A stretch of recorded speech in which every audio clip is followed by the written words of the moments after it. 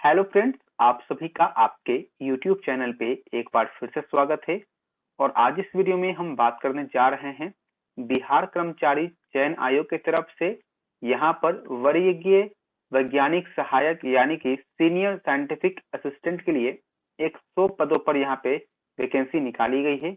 तो आज इस वीडियो में हम बात करेंगे कि कौन कौन बच्चे इस फॉर्म का अप्लाई करे ताकि उनका रिजल्ट हो और कौन बच्चे को अप्लाई नहीं करना चाहिए ताकि उनका पैसा और टाइम दोनों बच सके। तो चलिए वीडियो को शुरू करते हैं बिना कोई देरी के। तो जैसा कि आपको पता होगा, ये जो फॉर्म है वो आपका 22 नवंबर से स्टार्ट होकर 24 दिसंबर तक चलने वाला है।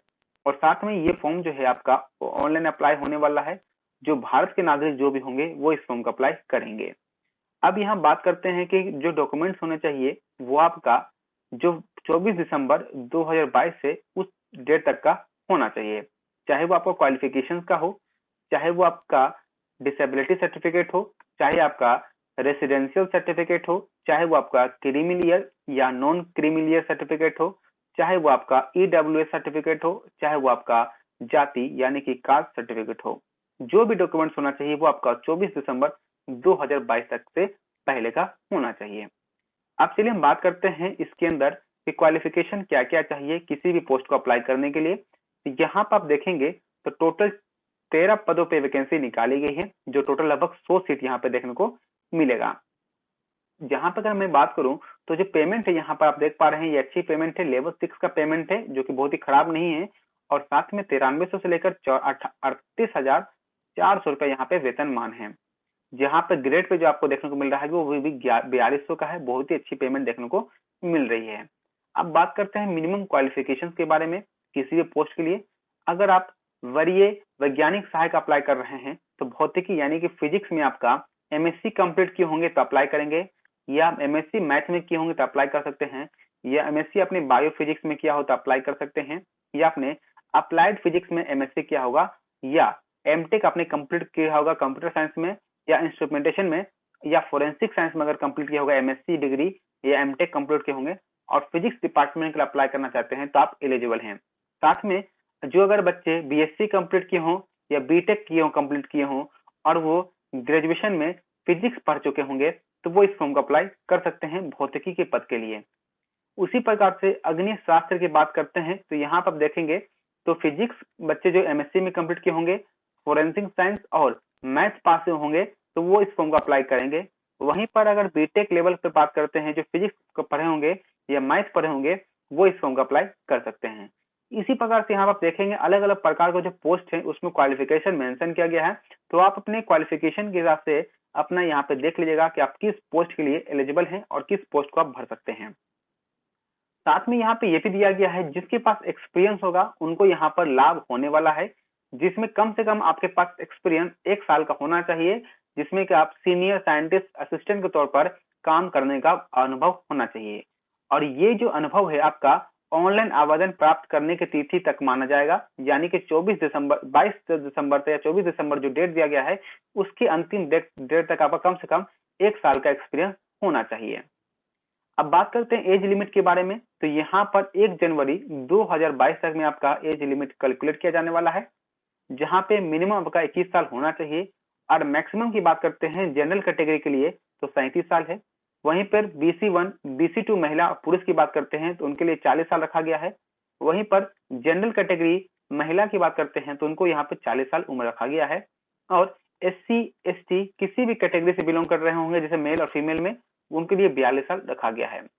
जो बिहार गवर्नमेंट के अंदर पहले से ही काम कर रहे हैं उनके लिए यहाँ पर देख पा रहे हैं, जो पहले से विज्ञान प्रयोगशाला में काम कर रहे हैं उनके लिए यहाँ पे 10 वर्ष का छूट दिया गया है, जिसमें कि अगर आप जनरल कैटेगरी में होंगे तो आपको 47 साल तक दिया जाएगा भरने के लिए। और मेल और फीमेल अगर आप BC1 और BC2 में होते हैं तो 50 साल तक दिया जाएगा उम्र में आप छूट। और अगर आप महिला जनरल कैटेगरी में है तो भी आपको 50 साल ही तक छूट दिया जाएगा। और SC ST से बिलोंग कर रहे हैं और मेल और फीमेल होंगे तो आपको यहाँ पे 52 साल तक यहाँ पे काम करने के लिए होंगे तो आप यहाँ पर एलिजिबल हैं। इसके बाद हम बात करते हैं अब इसमें कि सिलेक्शन प्रोसेस क्या है। तो सबसे पहले हम बात कर लेते हैं यहाँ पर जो मेरिट बनेगा आपका वो 100 अंकों पे बनेंगे, यानी कि यहाँ पर आपका एग्जामिनेशन नहीं है, यहाँ पे आपका मेरिट के आधार पर बनाया जाएगा। जहाँ पे मैक्सिमम आपको 60 मार्क्स जो होंगे वो शैक्षणिक योग्यता के हिसाब से मिल सकता है। अब ये इंपॉर्टेंट यहाँ पर शैक्षणिक योग्यता में क्या क्या है तो 4 क्वालिफिकेशन आप देख पा रहे हैं, जैसे कि यहाँ पे मैट्रिक, इंटर साइंस, बीटेक या बीएससी या एमएससी, एमए, एमटेक, ये 4 क्वालिफिकेशन है जो आपके पास होने चाहिए ताकि आपको 60 मार्क्स मिल सके। अगर आपने मैट्रिक पास किया है फर्स्ट डिवीजन के साथ में तो आपको 10 मार्क्स मिलेंगे, अगर सेकेंड कंप्लीट किए होंगे तो 8 मार्क्स, अगर थर्ड पास किए होंगे तो 6 मार्क्स मिलेंगे। अगर आपने आईएससी कंप्लीट किया हो तो आप फर्स्ट के साथ में तो 12 मार्क्स मिलेंगे, सेकेंड पास किए होंगे तो 10 मार्क्स और थर्ड पास किए होंगे तो आपको 8 मार्क्स मिलेंगे। वहीं पे बीएससी अगर बीटेक कंप्लीट किए होंगे और फर्स्ट डिवीजन होगा तो आपको 18 मार्क्स मिलेगा, वहीं पे सेकेंड से पास किए होंगे तो 15 मार्क्स और थर्ड डिवीजन से पास किए होंगे तो आपको 12 मार्क्स मिलेगा। अगर आपने एमटेक, एमएससी और एमए कंप्लीट किया होगा, फर्स्ट होंगे तो 20 मार्क्स मिलेगा और वहीं पे सेकेंड होंगे तो आपको 18 मार्क्स मिलेगा और वहीं पे आपने थर्ड डिवीजन पास किया होगा तो आपको 16 मार्क्स मिलेगा। यानी कि जो कैंडिडेट हर सब्जेक्ट में यानी हर क्वालिफिकेशन के अंदर फर्स्ट होंगे तो उनको मैक्सिमम यहाँ पर 60 मार्क्स मिलेंगे और अगर सेकेंड होंगे तो उनको 51 मार्क्स और जो थर्ड होंगे उनके लिए यहाँ पर 42 मार्क्स मिलेंगे जो कि 60 में देखने को मिलेगा। अब जो यहाँ पे एक्सपीरियंस का खेल होगा, जहाँ पे आपको 20 मार्क्स मैक्सिमम दिए जाएंगे और यहाँ पर भागलपुर, पटना और मुजफ्फरपुर में जो स्थित विज्ञान प्रयोगशाला है उसमें अगर आपने काम किया होगा तभी आपको अनुभव माना जाएगा और आपको 20 अंक दिए जाएंगे। लेकिन ध्यान रखना है, अगर आपने 1 साल का यहाँ पे एक्सपीरियंस कंप्लीट हो रहा है तो आपको यहाँ पर 5 मार्क्स मिलेंगे, ठीक है। और आपने 2 साल का अगर कंप्लीट किया होगा तो आपको यहाँ पर 10 मार्क्स मिलेंगे और आप मैक्सिमम यहाँ पे आपको 20 मार्क्स देंगे, यानी कि 4 साल का अगर एक्सपीरियंस होगा तो आपको इसको यहाँ पर 20 मार्क्स मिलेंगे, या अगर आपके पास 5 साल का भी एक्सपीरियंस होगा तब भी आपको यहाँ पर 20 मार्क्स ही मिलेंगे। तो ये ध्यान रखना है, ये बहुत इंपॉर्टेंट रोल प्ले करेगा आपका किसी का भी रिजल्ट बनाने में। अब यहाँ पे फिर बाद में इसका इंटरव्यू होने वाला है। इंटरव्यू यहाँ पे 20 मार्क्स मिलेंगे और ध्यान रखना है इसमें जो भी बच्चे एग्जामिनेशन देंगे तो ध्यान रखना है उनको किसी को भी 15 मार्क्स से ज्यादा यहाँ पर मुझे नहीं लगता है किसी को मिलना चाहिए। अगर एवरेज देखा जाए तो 15 मार्क्स से ज्यादा किसी को यहाँ पे इंटरव्यू में नहीं मिलने वाले हैं। अब चलिए हम बात करते हैं इसमें जो कट ऑफ बन सकता है, जो कि एक्सपेक्टेड है कि हाँ यहाँ तक आपका जो है रिजल्ट पहुंच रहा है तो आप इस फॉर्म को अप्लाई करें। अगर इस जनरल कट ऑफ आप नहीं पहुंच पा रहे हैं तो आप इस फॉर्म को अप्लाई नहीं करेंगे, ठीक है, क्योंकि आपका पैसा और टाइम दोनों बचाना है। अब सबसे पहले बात कर लेते हैं क्वालिफाइंग मार्क्स के बारे में, तो कौन कौन बच्चे से अप्लाई करें। अगर आप जनरल कैटेगरी में हैं और आपका नंबर 40 नंबर प्लस आ रहा है तो आप इस फॉर्म का अप्लाई करें। अगर आप BC2 में आ रहे हैं, अगर आपका 37 नंबर आ रहा है तभी इस फॉर्म का अप्लाई करें, और अगर आपने BC1 में आ रहे हैं अगर 34 नंबर मिल रहा है तभी आप इस फॉर्म का अप्लाई करें। अगर आप SC/ST में आ रहे हैं और आपने 32 नंबर ला रहा है तो आप इस फॉर्म का अप्लाई करेंगे। और महिलाएं या दिव्यांग जो भी कैटेगरी के होंगे अगर उनको 32 नंबर मिल रहा है तो आप इस फॉर्म का अप्लाई करेंगे। लेकिन अगर मेरी बात माने तो यहाँ पे कट ऑफ में बनाने वाला हूं तो आपको इस कट ऑफ पे ध्यान रखना है। ये कट ऑफ के हिसाब से आपको यहाँ पे देख लेना है कि आपका अगर बन रहा है कट ऑफ तभी आप इस फॉर्म का अप्लाई करें ताकि आपका पैसा और टाइम दोनों बच जाए। अगर यहाँ पे पहला कैटेगरी की बात करते हैं तो जिसमें कि मैं बात करूं जिसके पास ग्रेजुएशन PG कंप्लीट हो प्लस उनके पास एक्सपीरियंस होना चाहिए। अगर ऐसे कैंडिडेट हैं, मान लेते हैं कि मैक्सिमम किसी के पास भी एक्सपीरियंस 4 साल बहुत ही कम रेयर चांस है, लेकिन मिनिमम भी मैं मानूं तो 2 साल का एक्सपीरियंस हो सकते हैं किसी किसी के पास में। अगर इनके पास 2 साल का एक्सपीरियंस है तो इनको 10 मार्क्स तो यहाँ पे मिलेंगे। अगर वो PG तक में अगर वो फर्स्ट डिवीजन ला रहे होंगे तो उनको 60 नंबर वहां मिल सकते हैं।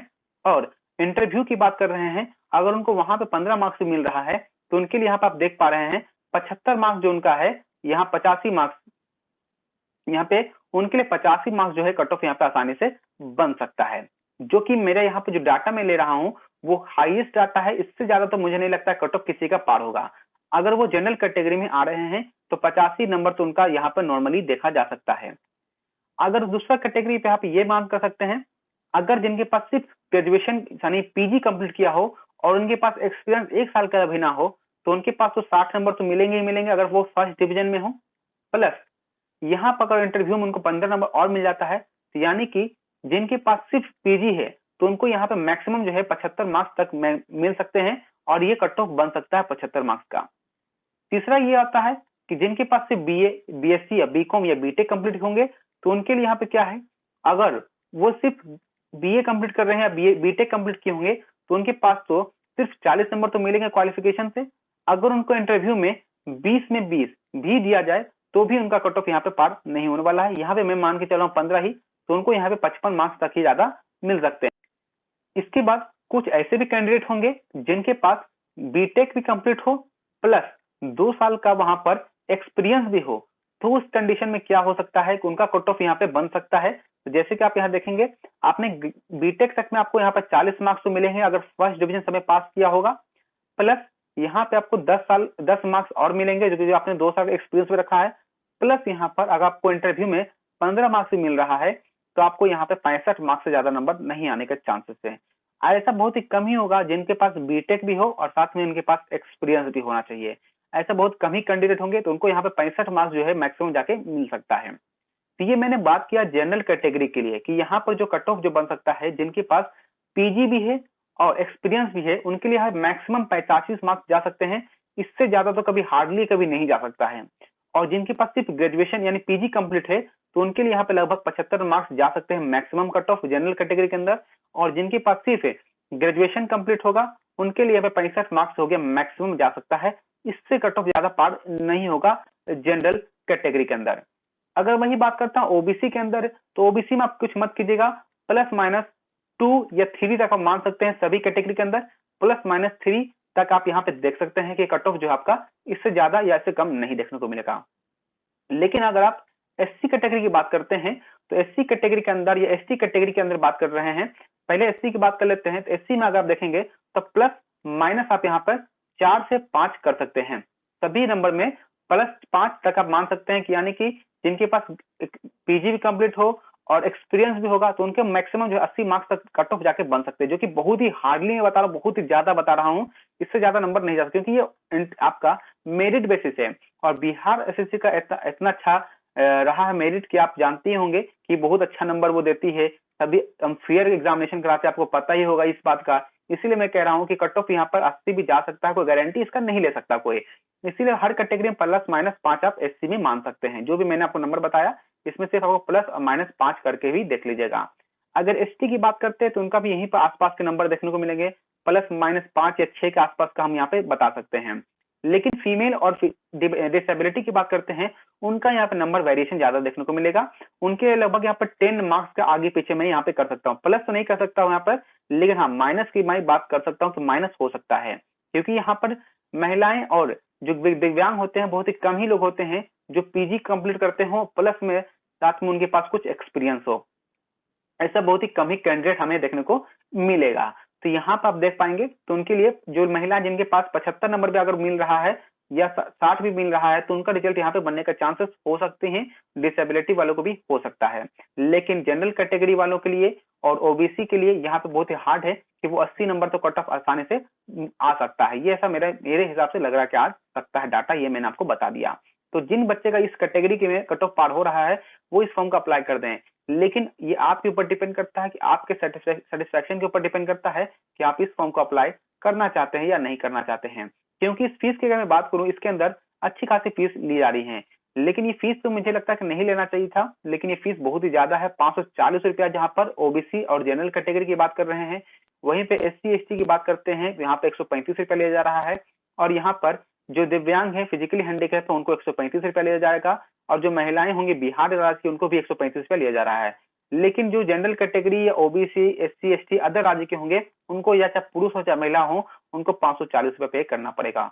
जो कि आप payment credit card, debit card, net banking, UPI के माध्यम से कर सकते हैं, जो कि 22 नवंबर से लेकर 21 दिसंबर 2022 तक आपको ये पेमेंट जमा करना होगा। और जो महिलाएं जो आरक्षण का दावा करेंगी, उनको ध्यान रखना है कि जो दावा करने विवाहित महिलाओं को जाति या क्रीमी रहित प्रमाण पत्र जो होगा, उनके पिता के नाम का होना चाहिए, ना कि उनके पति का नाम का। ये बहुत इंपॉर्टेंट है। ये हमेशा हर बार कोई ना कोई बच्ची यहाँ गलती करती हैं और उनका यहाँ पे रिजल्ट छूट जाता है। और बाकी जितना भी मैंने आपको बताया डॉक्यूमेंट जो आपका जो भी होना चाहिए, वो सभी आपका जो 22 दिसंबर से पहले, 24 दिसंबर या 22 दिसंबर लास्ट डेट के अंतिम डेट से पहले का हो जाना चाहिए। तो ये रहा फुल नोटिफिकेशन का वीडियो, जहां पे मैंने आपको कट ऑफ बता दिया, कौन इसे अप्लाई करे, कौन इसे अप्लाई नहीं करे। आशा करता हूँ ये वीडियो अच्छा लगा होगा। अगर वीडियो अच्छा लगा हो तो लाइक कर दीजिए, वीडियो को शेयर कर दीजिए और चैनल को सब्सक्राइब कर दीजिएगा। मिलेंगे जल्दी नेक्स्ट वीडियो में। Thank you for watching this video.